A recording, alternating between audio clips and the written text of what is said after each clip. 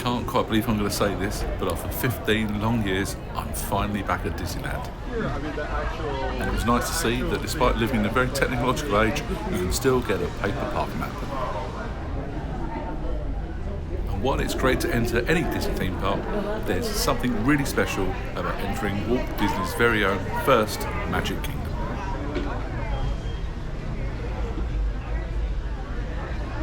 Oh wow, look at this. Oh, it's amazing. I'm welling up here. I'm starting to cry.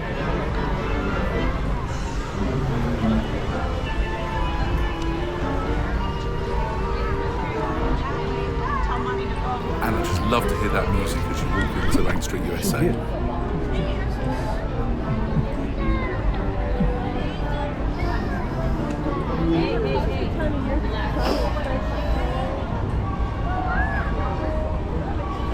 We visited in late September, so as you can see, all the Halloween decorations are in full effect.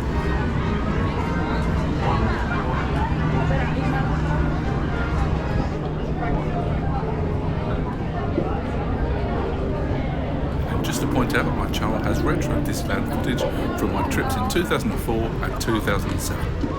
I can't believe how much the parks have changed in that time.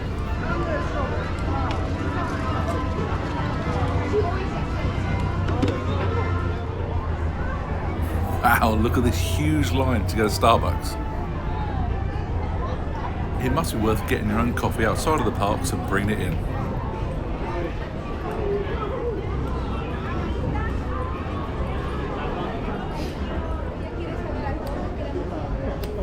And as I get to the end of Main Street USA, I can see there in the distance.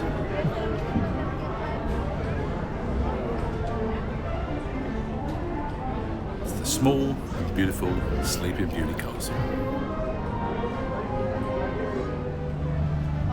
And as much as I wanted to walk through the castle, there was somewhere else I needed to be first.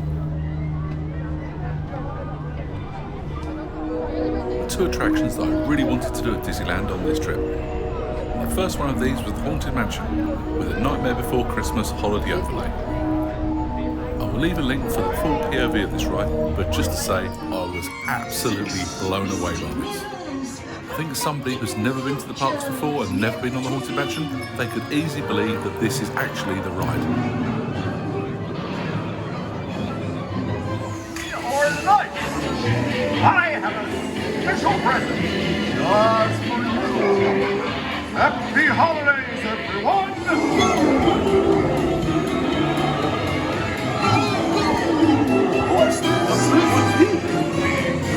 The second attraction I had to do was Rise of the Resistance. Now, I have been to Galaxy's Edge before at Disney's Hollywood Studio in Orlando. However, that was 3 years ago and Rise hadn't opened at that stage. The posted wait time for this was 60 minutes, but in actual fact it took close to 80. But I can honestly say it was well worth the wait. This ride was absolutely incredible. And as I don't watch videos of rides that I haven't actually been on myself, this was all brand new to me.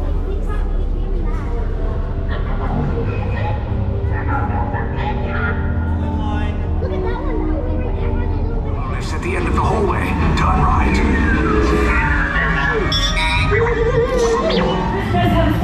How brave, but ultimately hopeless. There's nowhere to run.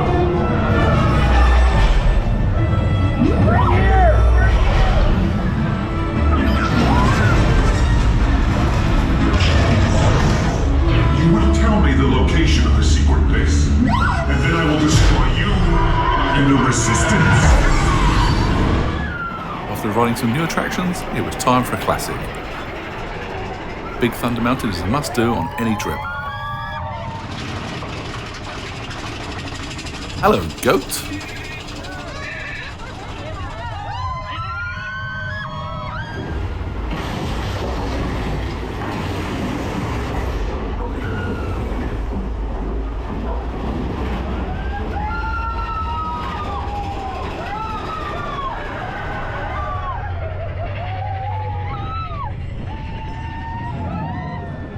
Also here in Frontierland is Ocala Park.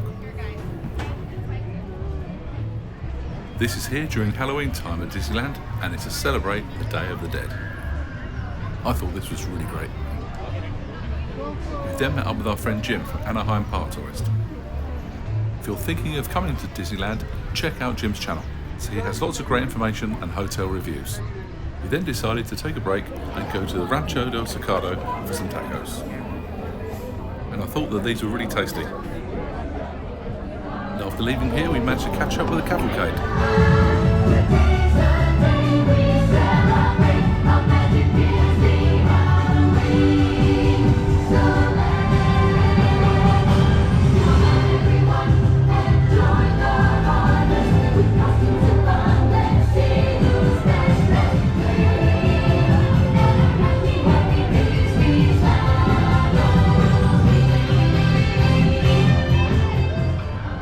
We headed into Fantasyland and to ride the original and best, It's a Small World.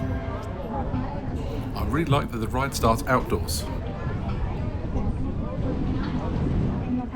Then you get a close-up of this fantastic facade. It really helps that there's an extended UK part to this ride.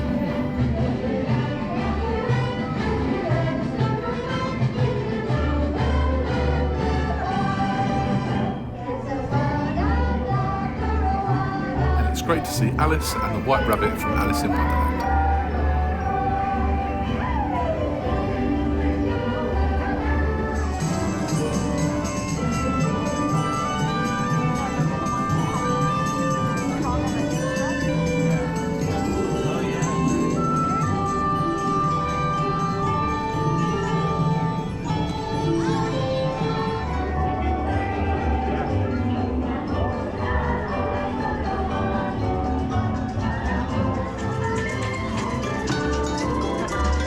Now that I've put this song back in your head, here's Nemo and Dory from Finding Nemo.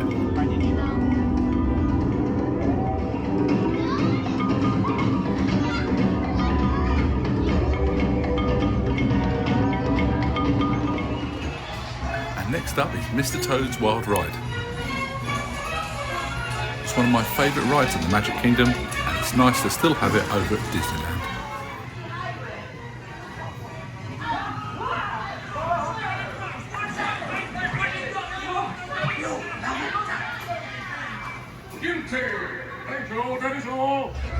And I will have full POV rides of all of these attractions up on my channel. Because we know.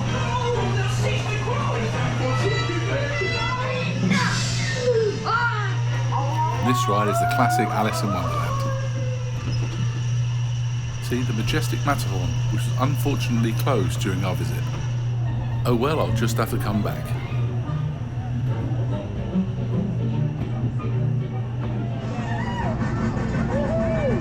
Next up is Casey Jr. Circus Train, which was an opening day attraction all the way back in 1955.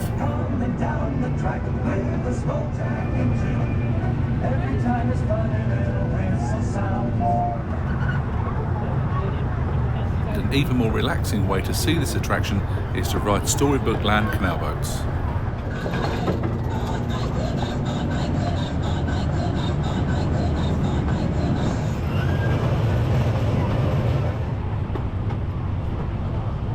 After this, we headed to Cafe Orleans for dinner. And while this was tasty, it was pretty expensive for what it is.